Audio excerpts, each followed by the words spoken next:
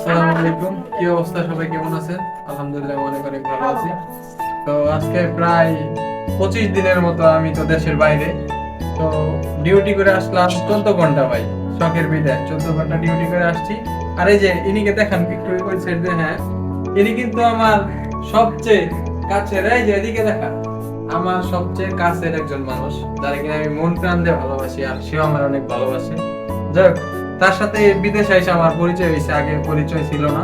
তো এই রিসেন্টলি কিছু দিনের মতো হয়েছে, আগে পরিচয় হয়েছে কিন্তু এত ক্লোজলি হয় নাই। তো যে কারণে তার সাথে আমার ওরকম সম্পর্ক ছিল না, কিন্তু আমি যখন আসছি সে আমার প্রচুর ভালোবাসা দিছে। এখন আমি তার সাথে সারা জীবন থাকতে চাই, আমার আর কোনো ই নাই। কারণ আপনারা আমারে যাই বলেন যে বিয়ে করছি কিনা, হ্যাঁ বিয়ে করছি, কিন্তু এটা গোপন ভাবে, কিন্তু সবাই আমি জানাতে চাই না। ইনশাল্লাহ জানাবো, তবে আমি দেশে আসি অবশ্যই জানা দিব। এখন দুইজনে মিলে আমরা রান্না করব, ঠিক আছে?